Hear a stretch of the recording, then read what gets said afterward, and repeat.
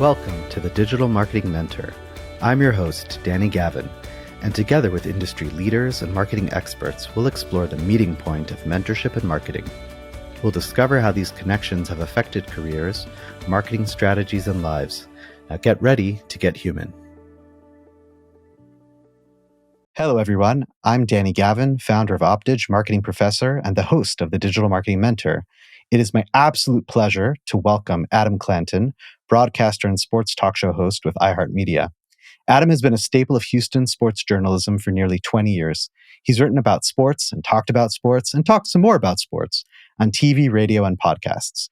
Currently, he co-hosts the A-Team weekdays from 3 to 6 p.m. Central on Sports Talk 790, flagship of the Houston Rockets and world champion Astros. He's also a host and color commentator for the Rockets radio network. In truth, he's just an all-around good guy. In Yiddish, we call them a mensch, and that's really what Adam is. Adam, how are you? I'm good, Danny. That's quite the intro, and I'll be called a mensch by you anytime.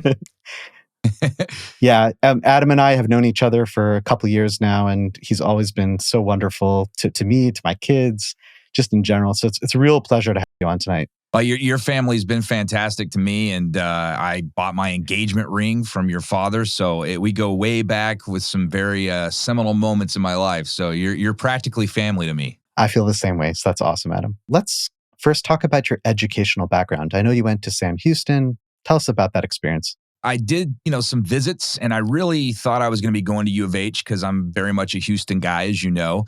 But Sam Houston gave me the ability to be in a much smaller classroom setting, which I thought was, something that I needed. I'm a champion of the ADD movement, if you will. I was not a very good student. When I say that is that when I was younger, I got into a lot of advanced classes because I was just naturally smart about, rudimentary things. It's not like I'm bragging here, but I caught on quickly. I was programming our VCR when I was like 6 years old, that kind of thing. But what I found was the attention deficit disorder struggle is real because of that ability to kind of pick up on things very easily.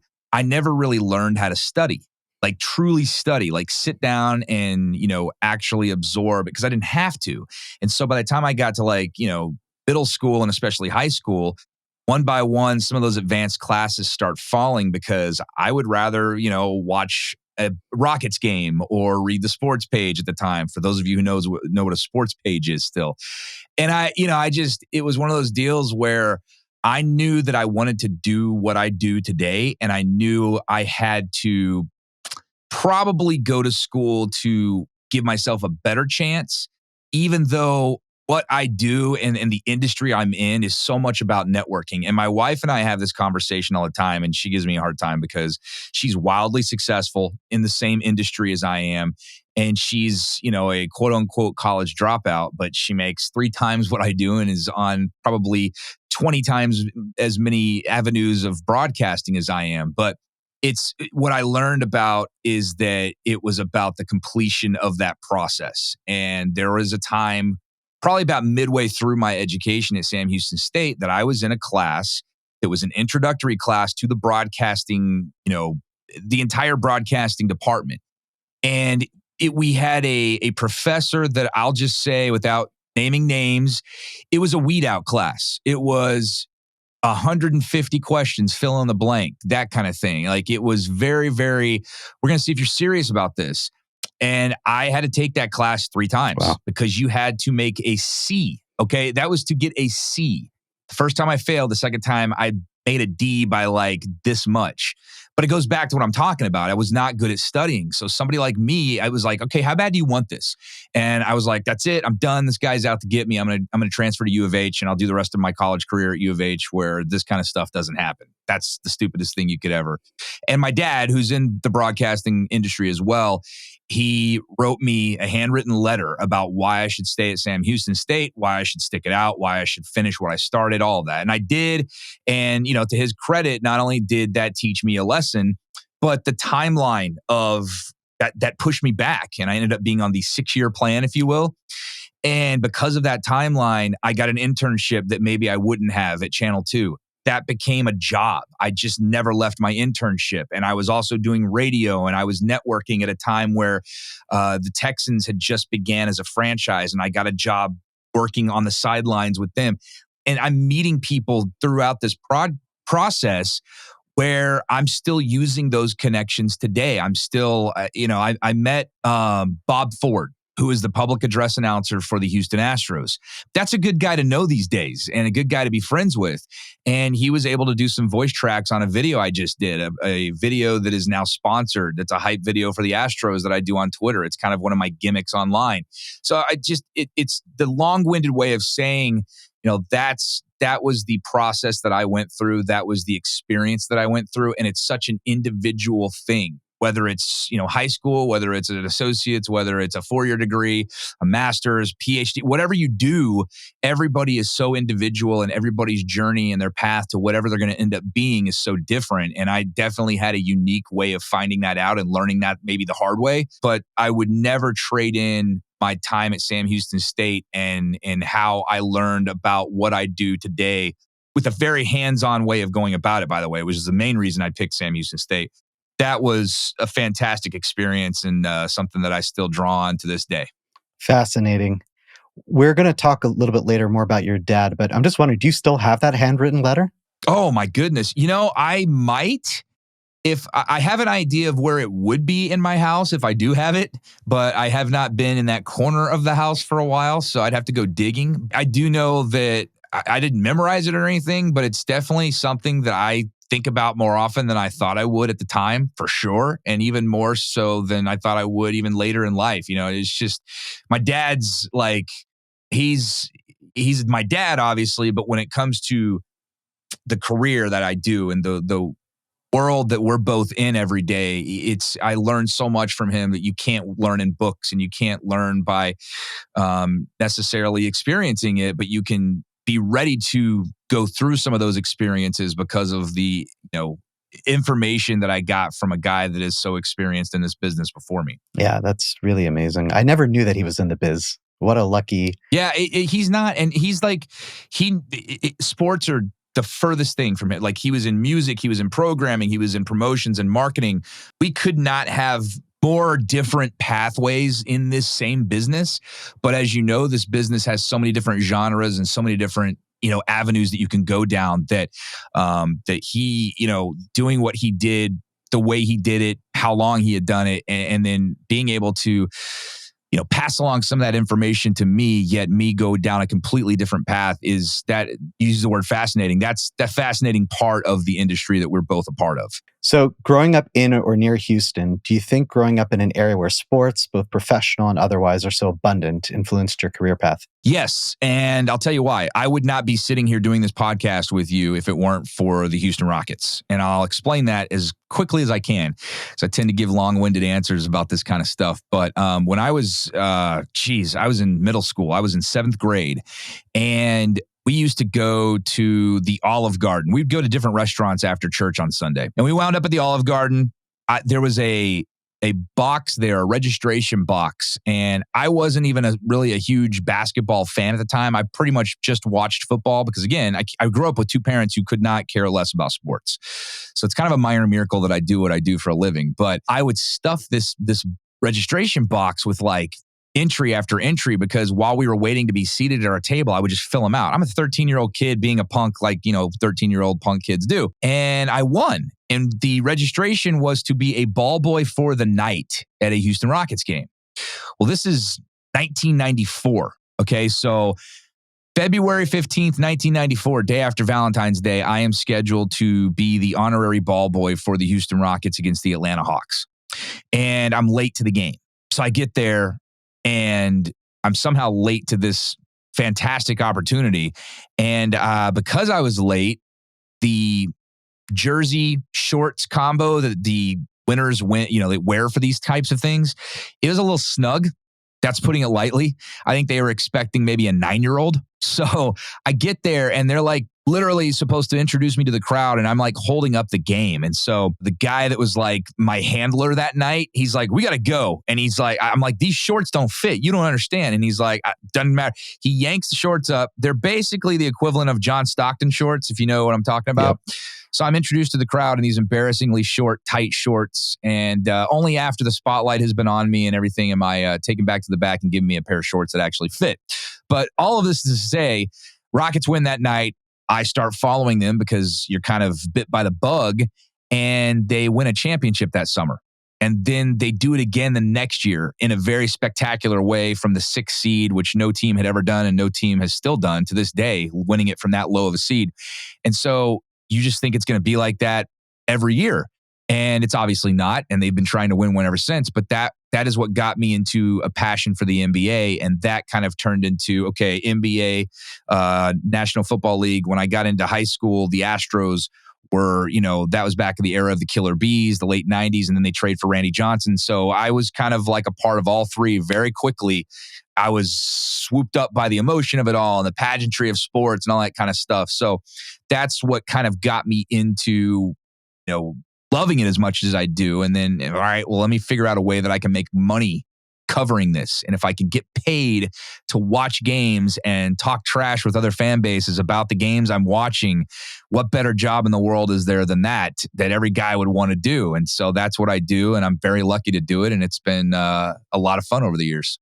All right, so let's segue into mentorship. So Adam, how would you define a mentor? A mentor to me is not constrained to what job you're talking about or what it is basically someone who is making sure that you are going down the right path based on your skills, your strengths, playing up those strengths, minimizing the weaknesses or helping you overcome those weaknesses in the most selfless and positive way possible. That is a really good definition. I just came up with it, but that's how I feel. So are there any traits that you personally would avoid in a mentor? Oh, okay. So that's a good one because sometimes you want to have someone that you really look up to be a mentor. And you want somebody that you look up to maybe even in the same field that you want to go into, for example, or just whatever it is. And sometimes you can build up expectations that are unrealistic because as someone who needs to be mentored, you don't have the full understanding or knowledge of sometimes what it takes to achieve what you want to, and you can kind of set yourself some high expectations. And a lot of times that'll happen. I'm ironically going to talk about my dad here.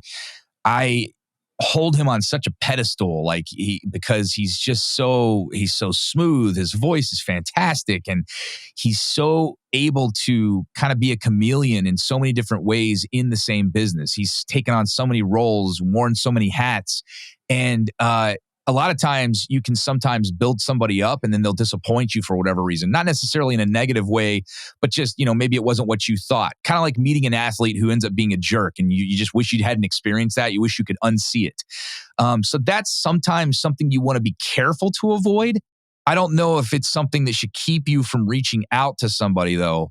So I'm not trying to ride the fence here with this answer, but I think that's sometimes something that I've noticed, maybe somebody that I wanted to reach out to and they were not what I thought they would be. And so you kind of learn that lesson the hard way and you move on and you keep a safe distance. My dad, for the record, is not one of those people. So he doesn't ever disappoint. So let's talk about someone who was or is a good mentor. So Mark Vandermeer, Houston Texans play-by-play voice. When you told me about him, I was a little surprised. Ooh, interesting that you find him as a mentor. Tell me about that. Well, he was in my first wedding. Okay. He is, I always call him my second radio dad because my first radio dad is my actual dad.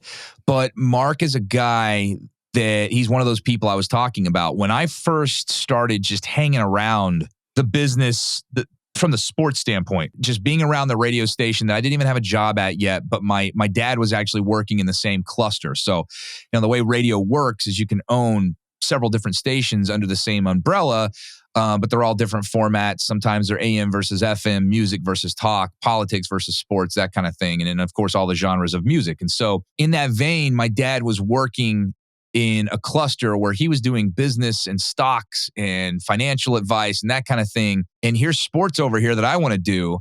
And so I'm in the building because my dad gives me that access, which is absolutely, just totally invaluable. But at the same time, he's not into that. He's not somebody that's like, oh, people think that I was handed my jobs because of that. It's like, no, it was meeting people like Mark, which, by the way, again, I can't emphasize enough, especially in broadcasting and especially in radio. It is who you know. It's not what you know. It is who you know. There's a lot of people that knew what I knew, that could do what I could do, but they might not have had the connections. And you make those connections yourselves a lot of times because you're networking, and you can network, but you have to do something with that network. It's meeting somebody and getting a business card is one thing, but actually forming and cultivating that relationship and making yourself someone that they can't forget as much as you can't forget them. And that's why they stood out to you. And Mark was one of those guys. Mark was somebody that took to me. And look, he's a guy that, he knew my dad, and a lot of people, they know my dad. They love my dad because he's such a great guy. He really is a nice guy. I can separate him from being my dad. I've seen how he interacts with people, and I've never heard anybody say anything bad about him in the business. He's much nicer than me. So he's not going to go on Twitter and get into some fight with some random fan about it. He's not that. But because of that, okay, well, let's see what Adam's all about. Let's see if he's anything like Brent.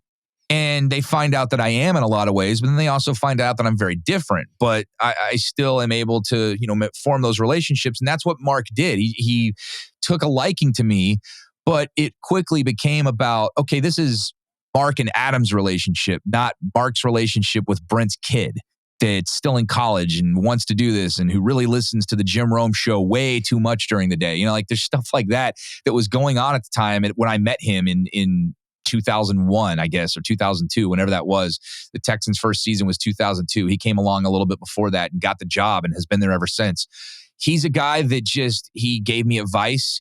He talked about things that had nothing to do with the business, life. We would just talk about things. He would have me on to do a Casey Kasem impression on his show once a week. And I'm still in college, and I'm thinking this is the greatest thing ever. I'm on a major market radio station doing an impression. It wasn't even my real voice. Nobody knew who I was. It was Casey Kasem on a mobile because he heard me do it and thought it was funny. And he's like, hey, why don't you call in and do this bit?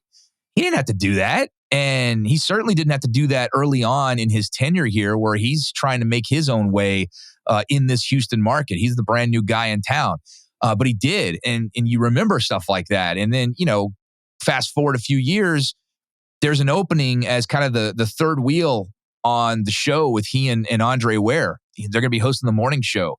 And they reach out to me to replace Jeremy Foster. I wasn't expecting that phone call, got that phone call. And before you know it, I'm working mornings on the flagship station for the Texans, and I'm doing TV at night, and I'm not sleeping. And it's like, you're pinching yourself, but Mark's one of the people that helped make that happen. And flipping the tables, you, Adam Clanton, as a mentor, I know that you mentor a lot of the producers at your station. Tell me about that mentorship relationship. Our producer right now is a guy named Noah Fouts, and he produces our afternoon show. And he's a guy that is really a positive guy, a really nice guy. He was kind of thrown into it because we had a producer who recently departed, and it was completely amicable. He went for a better financial opportunity for he and his family. And he was a guy that we really, I really, really valued what he brought to our show every day and the things he did that were probably taken for granted. I always made it a fact and a point to, thank him for what he did for our show. And he was a guy that I don't know if he would look at me as a mentor too. He's a guy that I wanted to always look out for. I wanted to make sure that he was taken care of as much as I could, what little influence I had to help make that happen. And so when he left, that was it was bittersweet for me. But I was excited to find out that Noah was going to replace him because I liked Noah a lot. I thought he was, a good kid. And I thought, he's so young and he's so new in the business, but he's picked it up and coming along. And, I think me and Wex, we bust chops a lot because that's what we do. And he, he gives it right back. You try to see what a guy can take sometimes, not in a bad way, but that's part of this business. And, I learned that coming up as well. And so, like I said, I don't know if he looked at me as a mentor, but I definitely would hope that he and Joe, my last producer, and some of the people that are now, younger than me, if they needed help with something, if they needed to reach out to me, if it was something that I could help with in this business, whether it's on air or off, they would feel comfortable. Josh C is another guy like that. I don't know if he looks at me like that, but I just always try to make these guys that are literally the gatekeeper for what we do. Like, you don't get an Astros game on the air without these guys. You don't get our show on the air. You don't get a Rockets game on the air without the producers, the engineers, the people behind the scenes. Literally, you always hear about that cliche, but they are the ones that make it happen. And a lot of times they're overlooked, and a lot of times they're underappreciated. And I just know that, and I learned this from my dad, it's how you treat people in this business. It so goes a long way. I know there are people in this business that were good to me early on that are now not good to me for a dumb reason or 10. There are people that maybe I didn't know very well or misunderstood at the outset, and we became friends. There are some people that, you just kind of tolerate each other, and it gets bad or it gets worse, or sometimes it gets better. It's life. And so I always if you're good to me, I'm going to be good to you. If you're not good to me, I can be a little acidic, if you will. But I always try to make sure that when it comes to those people, the producers, the engineers, the people like that, I go out of my way to make sure they know that I appreciate them. If no one else is going to, I will. And a lot of us do. It's not that we don't, but I just always learned that from my dad, that's very important. And they're going to appreciate that, because I think they learn pretty quickly that there's a lot of people in the business that don't appreciate them. And, I just don't want to be one of those people that they're looking at that way. So definitely not dating you, because we're about the same age. You first started working right around 2004 or 5.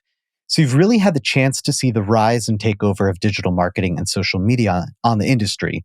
What has that been like? Twitter is so interesting because Twitter is a loaded gun, I once heard Jim Rome actually say. You can't get that back. It's the toothpaste, you can't get it back in the tube. It's all of those things. And Twitter to me was something that I would call him a mentor of mine, Alan Reed, former photographer over at KPRC. That's the NBC affiliate that I worked at for so many years, 8 years, I think, so roughly. And he was one of our 2 sports photographers. Shout out to him and Daryl George, who I still talk to this day. Alan's like, you got to get on Twitter. You got to get on Twitter. And this is like 2007 or 8, at the very cusp of when it happened. I think Facebook was still, you had to be enrolled in college or still have your old college email address to even get on it. And Instagram didn't exist. Nothing existed except for those 2. And he's like, you got to get on. I'm like, all right, fine. So I make an account and it sits there dormant for like a year. And then through my internship at Channel 2, I had met Daryl Morey, who was the longtime general manager of the Rockets.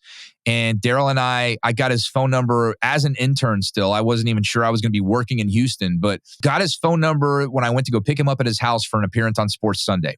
And we were fast friends and got to know his wife very well and his family. And they were very, very good to me. Very good to me, and still are to this day. We still stay in touch. When the Sixers come into town, we make it a point to catch up. The Rocket, and this was kind of like off the record at the time, but now I can say it. This was when the Rockets were pursuing Chris Bosh in free agency, the first time, not the second time. And he said, "Hey, I'm trying to get our word out to Chris Bosh through social media. Would you mind tweeting this?" And I was like, "All right." I don't really use Twitter, so I don't know how much good it's going to do. I don't think I have very many followers, that kind of thing. And so, but I did it. I just started tweeting and I never stopped. And the thing about Twitter is, it is a loaded gun. It can take your job. It took mine. And if we're being honest, technically it was a tweet, even though it wasn't what really happened behind the scenes and it was messy. And I got my job back, which was the cool part. But Twitter can be, and social media in general, can be the best tool imaginable. I mean, there's so many things about how I get my information today versus even 10 years ago, 5 years ago, but probably more like 10 years ago. It's just such a different way to live your life doing what we do for a living. And then just in general, like I know people get their news from social media and they don't turn on the traditional newscast anymore because of that. And that's just the way it's going. And so digital media, social media, the digital age that we live in is both the most wonderful thing ever. And I think it's one of the most horrible things that's ever happened to society. There's never been anything like it. It's like TV being invented. Like if you were alive before and after TV, like that's crazy to think about because there's people like me who don't know what it's like without TV. My grandparents knew exactly what it was like, or, so it's wonderful. It's horrible. It's an enigma. It really is. And I think that it can be used for a lot of good. And I think it has been used for a lot of good. I've personally benefited from the good.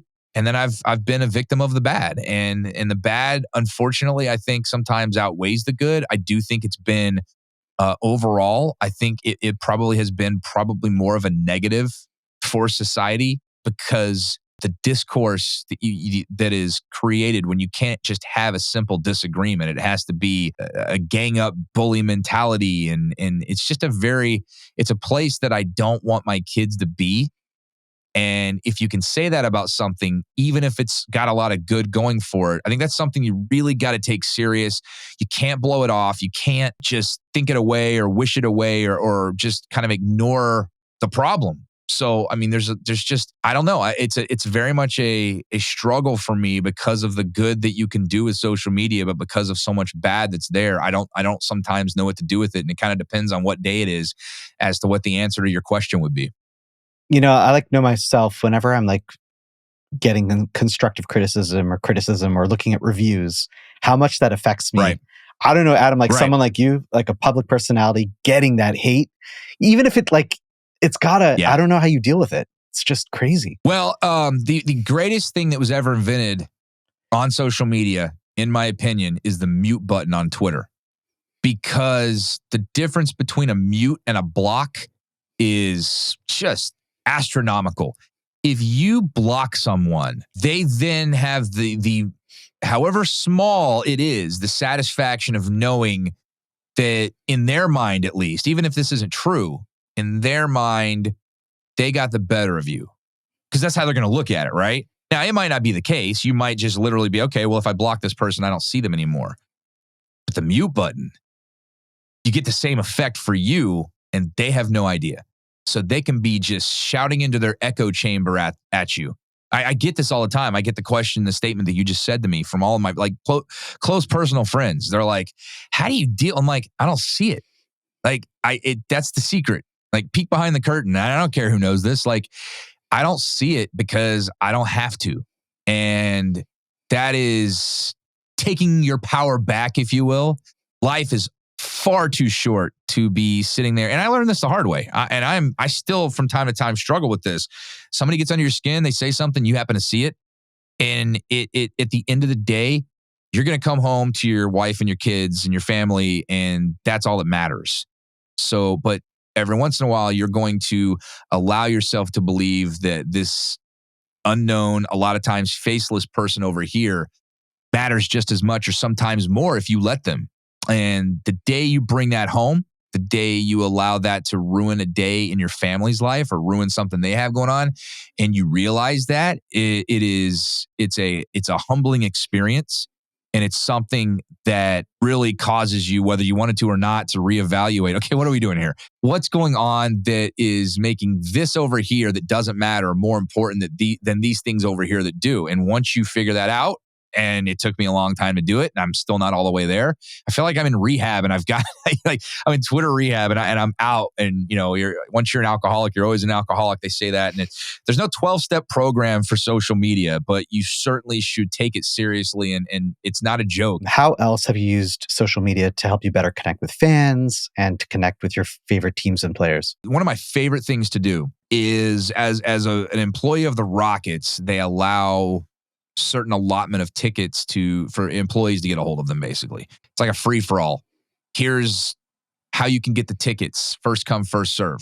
You can use them yourself. You can give them to people. The only thing you can't do is sell them, which we wouldn't do. But I love giving them away on social media. I love giving them to people that have done solids for me, that I know would enjoy them, that maybe wouldn't get to go to a game at all or as often as I would or some other people would, and not having to pay a dime for them, and just giving that to some kid who's never been to an NBA game before, or to be able to get them into a game where they want to see the Rockets, but they also want to see, another Steph Curry come to town, or some other, superstar in the NBA. Like that's so cool. And it's not just the people that you know, but the people you don't know. And for them to be like, oh, I really appreciate you doing this. That is so cool. Like I love that part of my job, and being able to do that through social media. When people meet you that, for example, know me because I do those videos, they don't necessarily maybe even listen to the show, but they know that I do those videos, or they do listen to me on the show, and they heard an impression that I did or something that I said, or they like the fact that I'm just diehard Houston and I always defend, the teams here. And they want to meet me because of that. I'm still not used to that. I'll never get used to that. I don't like getting up in front of crowds. I don't like eyeballs looking at me. I can sit in front of a microphone in a room all day.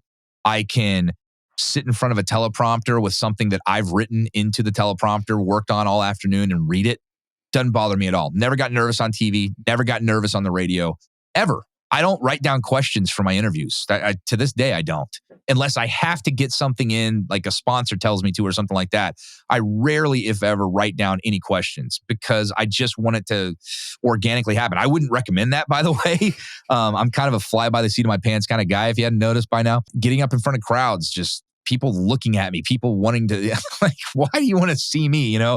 I don't understand that, but it is cool to know that when they do meet you, I'm always try to take the time and be thankful, obviously, that they listen to you, because I'm not doing what I do without the people that listen to us and buy the products that we endorse and that kind of thing. So I'm always very thankful for that, even if I'm not quite comfortable with that, if that makes sense. Yeah, totally. And along that line, I would think that there's no off season for sports radio and journalism.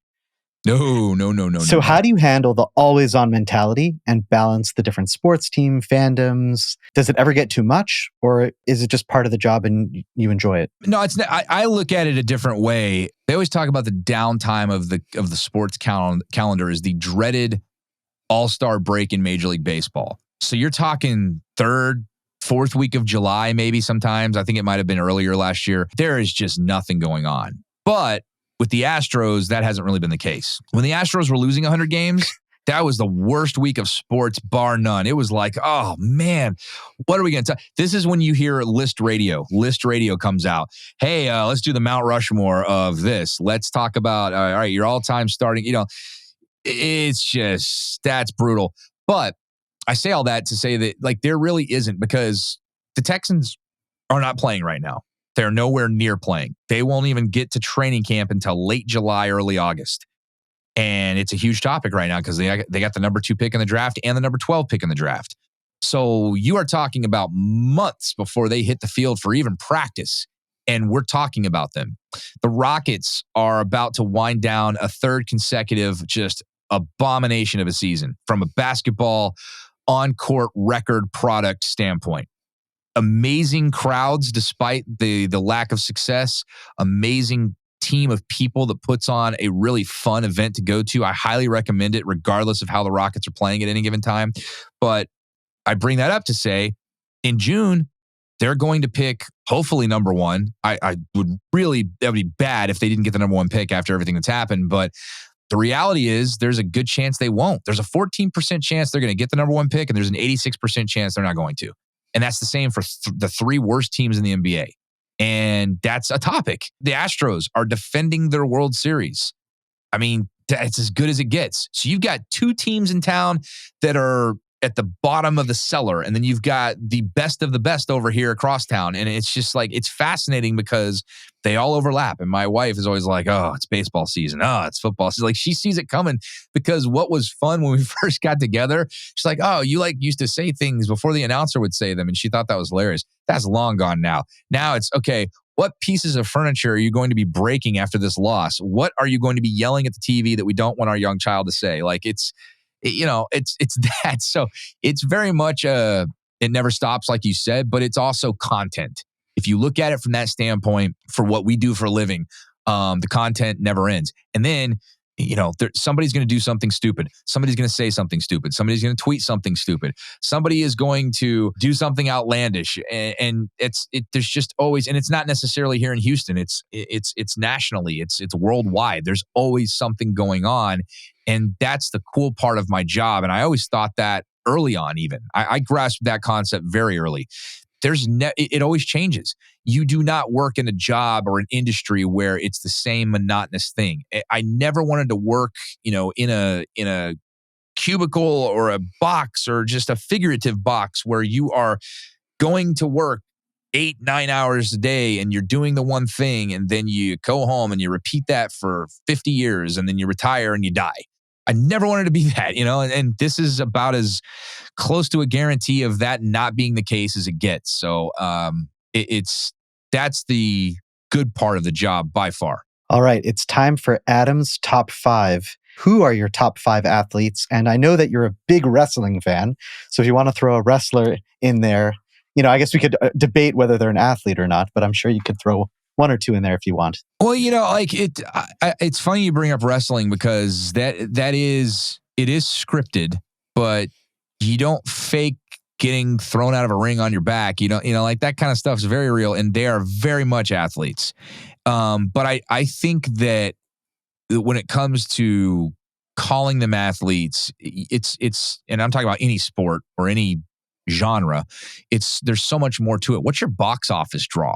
Do people pay to come see you, whatever you're doing? Because that's at the end of the day, money makes the world go round in every single avenue. And so I think you have to look at it that way. And so in that vein, Hakeem's always going to be at or near the top of my list because when I was 13 years old and 14 years old, he was the best player on the planet at that sport. And then Jordan's right there because Jordan is Michael Jordan. He's everybody's number one in a lot of ways. He used his platform to, I think, spread the love of the game without, in my opinion, spreading a lot of the negative or the residual that has nothing to do with necessarily sport. Now, that's some people criticize him for that. Why weren't you more of an activist? Why weren't you more political? And I remember him saying, Republicans buy sneakers too. And he was right. And if you want to call him a sellout or if you want to call him whatever, he's laughing all the way to the bank. And he's made far more in endorsements and branding than he ever made playing a kid's game. And so I admire him for that. I know that The Last Dance, that documentary on Netflix, really shed light on how he could be off the floor. I'll be honest with you, love him more because he was that ruthless, sociopathical, competitive maniac. That is attractive to me. That guy was a win-at-all-cost guy. I like that. And that's why he was so successful. So Jordan and Hakeem are like maybe 1 and 1A, that kind of thing. Since you brought up wrestling, and I'm not doing these in any particular order, I'm just the biggest Stone Cold Steve Austin fan there is.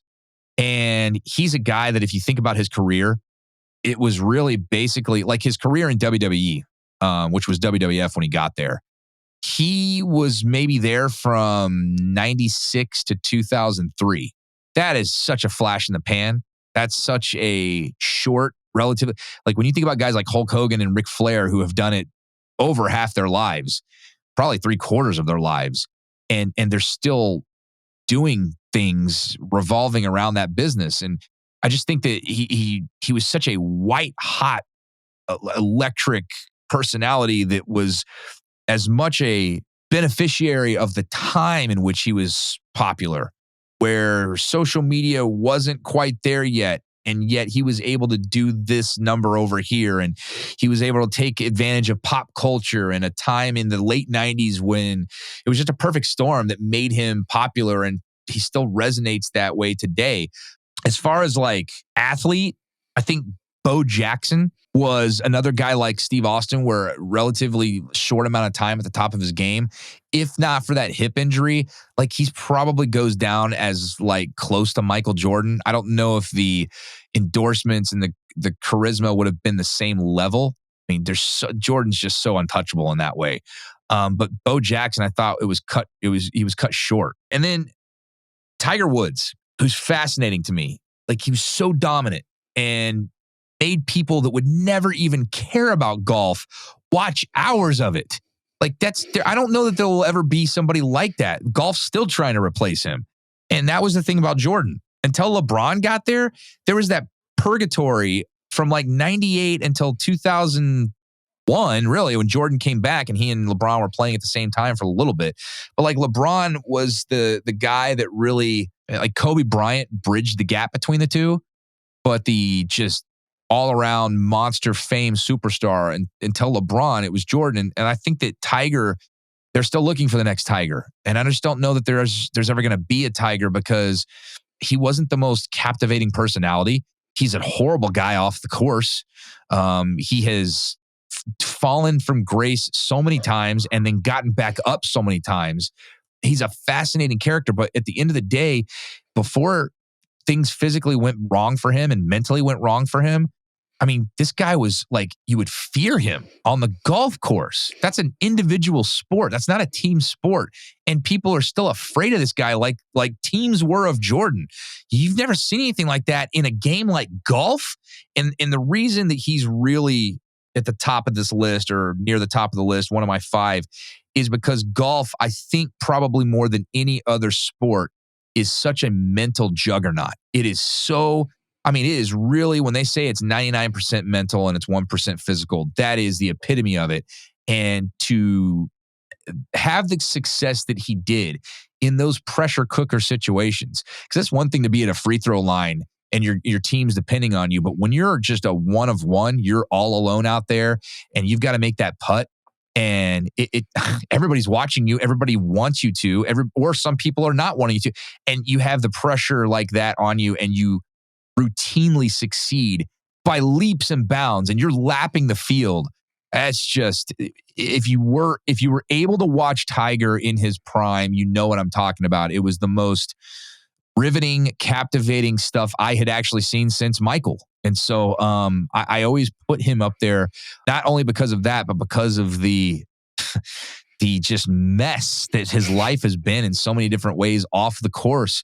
And yet he still finds ways to reinvent himself, come back and be relevant. Yeah, I think about him all the time because I drive a Genesis, and all people say is, "Hey, isn't that the car that Tiger drove?" And I'm like, "Yeah, it is." Yeah. Hopefully your wife isn't bashing out your back window with one of your clubs. No, we're okay. All right, good. Good to hear it. What's the next big project? What's big for this year? What else are you up to? Oh boy, well, we're winding down Rocket season. I'm going to do my last game tomorrow night at Toyota Center. They've got a handful of games left, but Wex and I split those games up, and he's got the rest of them. And then, baseball, the grind has just started. We're literally not even a week into the season, so that's kind of a marathon that is going to have so many twists and turns. And I really hope that we're back there in November like we were last year.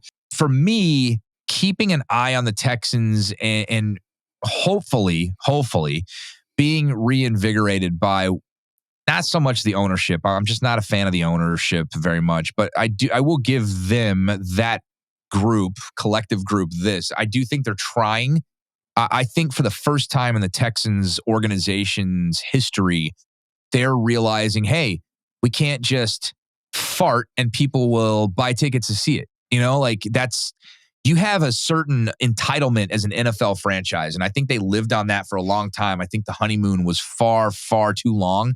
And I mean, there's still people, like in every team, they're going to wear the Texans colored glasses, and no matter what they do, they're going to be fans of it. But I think bringing back a guy like D'Amico Ryans to the organization, hiring him as the head coach, because I covered D'Amico, so I knew him as a player, and I had conversations with him away from the field, and I do know what a leader, natural leader he is, a guy that other guys in that locker room gravitate towards naturally. He's so easy to root for. I hope that combined with what they do in the draft, because I just think that this city is so starved for that. I've seen the Astros win a championship, and make no mistake, this is a baseball town now. And I think the Texans are learning that the hard way. But the NFL is king. And if you are successful in the NFL, that's why, my wife's from Kansas City. And man, you talk about a Midwest city that it just loves their team and was starved for the Chiefs to be relevant again. boom, enter Patrick Mahomes, and they're at the top playing for the Super Bowl every single year. And my mother-in-law is a diehard Chiefs fan. There's just something about it. And here in Texas, we know what football means. And no one in Houston's, they've never done that. They can do what the Oilers never did if they win that championship. I think the odds are against them because of their ownership. I do think ownership is that important. But I've also always said that if the Texans accidentally or however stumble into the right hires, combination of a head coach and a general manager that know what they're doing, they're set because they always are the last ones to figure out they need to fire the guy that's wrong for the job. So if they get the right guy, you could look at a Pittsburgh situation where they've only had 3 head coaches in the history of the team. But we'll see. I think I look at that as being interested in the Texans on Sunday again, not having to watch this terrible product because it's my job. I would like to consider that my next project. As crazy as that sounds, I have absolutely had disdain for having to watch that product for so long that I really do look at it that way. I'm looking forward to what the Texans are going to be and enjoying covering them again. And I think people are probably with me in that they're going to enjoy rooting for them again if they can do the things that I just talked about, because it is better, I think, when the NFL is good here in Houston and in Texas. Ask Dallas Cowboys fans. They're long suffering too. So Adam, where can listeners learn more about you and follow you? Oh boy. You can follow me on Twitter at Adam Clanton, Instagram at Adam_Clanton. There's an Adam Clanton who never uses his account, and I really don't like that guy because I want my handle. And then I'm on Facebook. I've got a public page, so you can look me up on Facebook. I'm kind of an open book. I don't tweet as much as I used to for the aforementioned reasons. But I'm on the radio 3 to 6 p.m. like you mentioned. I'll be talking about life as much as I am sports a lot of times because that just bleeds into the broadcast. And then, during the Rockets season, I'm on 50% of the games along with Matt Thomas, who's a very good friend of mine. So I'm easy to find, not hard to find, and I'm around. So, and if you see me, come up and say hi. I'm very approachable. As long as you're respectful, I'll be the same way. Adam, thank you so much for talking about your life and how you got to where you're at, being a mentor, and of course, all the amazing Houston sports perspectives, which I love. and it's really, really awesome to have you here. Thank you, listeners, for tuning into the Digital Marketing Mentor, and we'll see you next time. Thank you for listening to the Digital Marketing Mentor podcast. Be sure to check us out online at thedmmentor.com and at the DM Mentor on Instagram. And don't forget to subscribe on Apple Podcasts, Spotify, or wherever you listen to your podcasts for more marketing mentor magic. See you next time.